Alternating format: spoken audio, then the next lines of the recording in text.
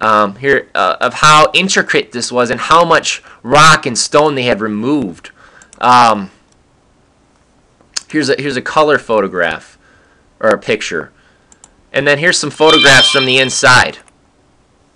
It's just mind blowing, and this is just a huge multi-level complex that they built, and they built their homes in these natural rock formations that you'll see here, and they built their homes, and then they built this complex underneath. And so I started to think, is this kind of where people got the whole hollow earth concept from? And as I was researching the Hyperboreans and this location here, I zoomed in on this island.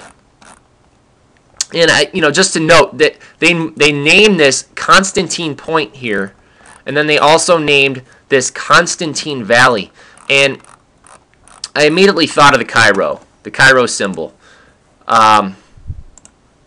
which I'll just look up for you real quick. So in case you're not familiar with the Chi-Rho symbol,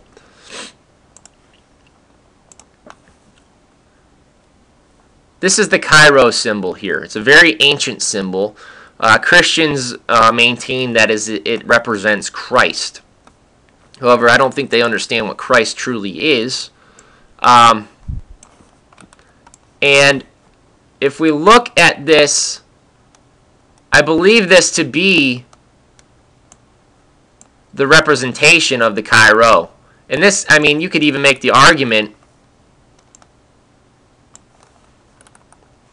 you have the crossings, and then you have almost like a P here. It's really unbelievable. And anyways, I just found that very fascinating that they named this after Constantine. And if I started looking at this island, and one of the descriptions of the Hyperborea was that they had an island no smaller than Sicily. And I was looking at this, I noticed the Constantine significance here, and I started looking into this Amchitka Island, okay?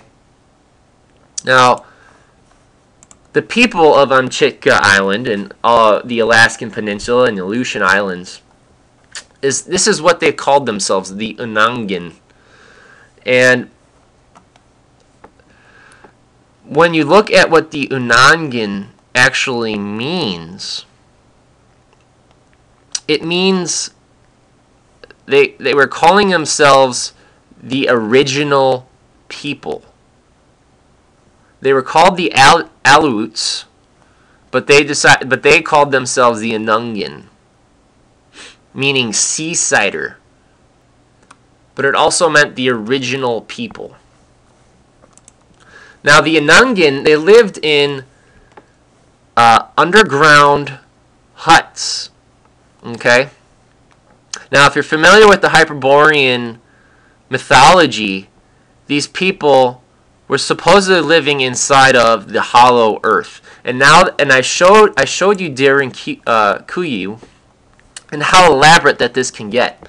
The Urungan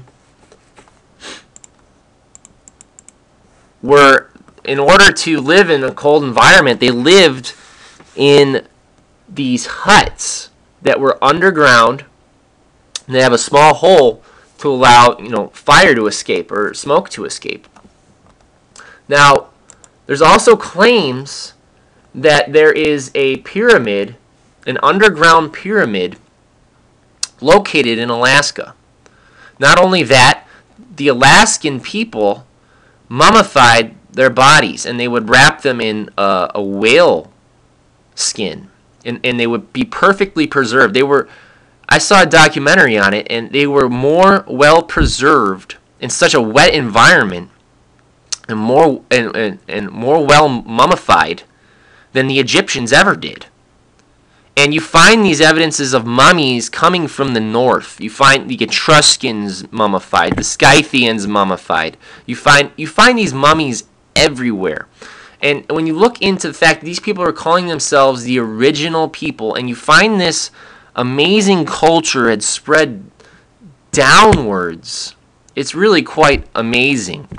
However, they're claiming that there is a pyramid, an underground pyramid, that these people had built. And they're showing this anomalous feature here in Alaska, just west of Mount McKinley. And here you can see some pictures, but it's very interesting. I recommend you guys take a look and check it out. Very interesting information. However, I'm not here to prove that these pyramids are there. However, I wanted to talk about the facts that this was a central hub, and that this island here may have been a very important island to the trade. And I say that because I started looking at this island. Okay, I'm going to zoom in.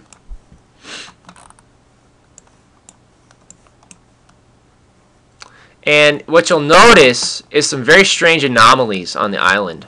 And I thought, man, that's really weird what they've got here.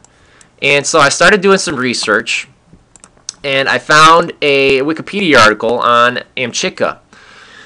Well, it turns out that on this island, they decided to choose this island, the United States government decided to detonate underground explosions on this island.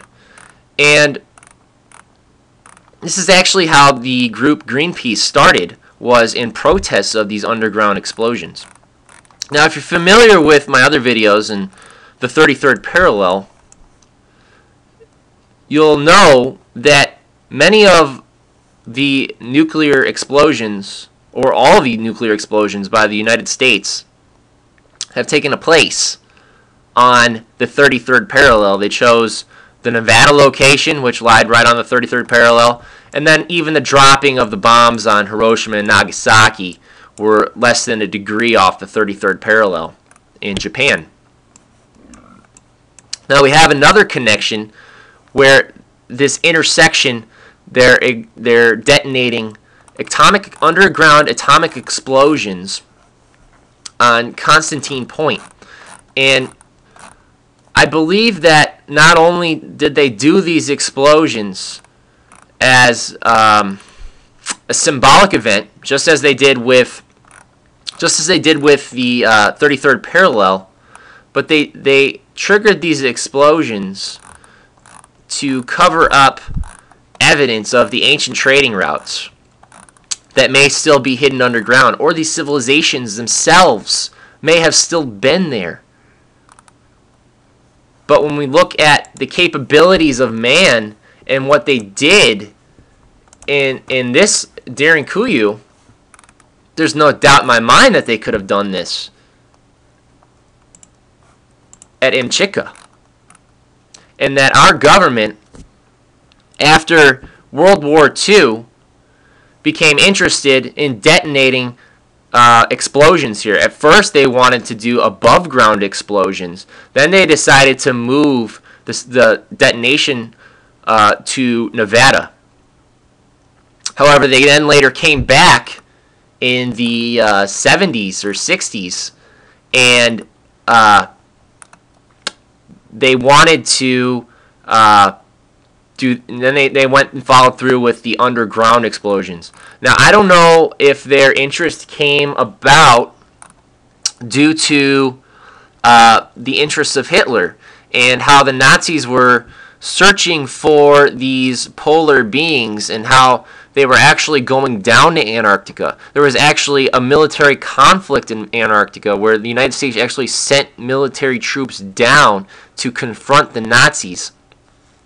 And I don't know to what extent they knew of this information. I don't know if they knew of it beforehand or afterwards, after interrogations, and then became interested in this and wanted to destroy the evidence of it due to the threat. If you look at archaeology, everything or Anthropology, everything is designed to make us feel like everything had come from Africa, and our civilization had come from Africa. However, there's a lot of evidence suggesting otherwise. There's a lot of genetic evidence suggesting that man had interbred with Neanderthal and Cro-Magnon and had created a giant race,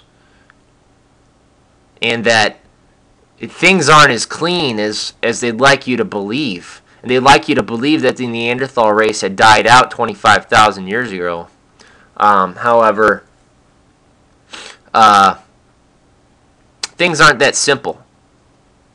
There are going to be interbreedings. There's going to be rapes.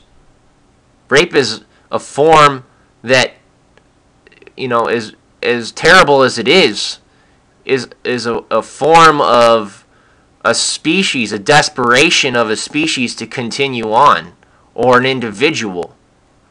And rapes did happen back then. There's no doubt they happened, and that Neanderthal and Cro-Magnon, even as repulsing as they may have been to a modern human, had interbred and created a giant race, and created a race that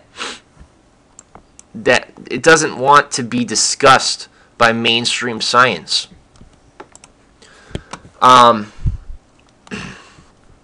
So I feel like this is a very important area, and that they have destroyed something here with those underground detonations. Now, if we follow this line, you'll notice it takes us right through the eye of Lake Superior. And these were where the copper mines were, the ancient copper mines. And there's something very significant and special about these mines, and that is they create the most pure. They are the most pure copper mines in the world. There is no copper like it anywhere. Okay, they're 90. I've read 97% pure, 99.5% pure. It's unbelievable. And so, if we go on to the copper mines, you can learn about it here. And how they say the Native Americans were mining this copper, and some people estimate that 1.5 billion tons of copper were removed from these mines. And you see it here in the Keweenaw Peninsula, and here we see that this is large-scale, economical, recoverable, 97% pure native copper is found. And this is the only place in the world, here and in Isle Royale, where this copper is found to this level of purity. Now, if you look, well, guess what? Our line that they decided to place Washington, D.C. through cuts right through this peninsula and comes right to where a port of the Isle Royale would be, and then comes and continues through. So I'm suggesting that there was a trade path here and a trade path here where they came through, and either they came through and then they sailed the Great Lakes and came through down the Mississippi. And we see, even with the problems in the currents in this area, this line here comes through the direct path of how they would have to come underneath Cuba to enter. So we see a grand intelligence here behind these lines, and that it also comes through the thinnest point where they would want to make a land trekking to come over to the other side of the ocean.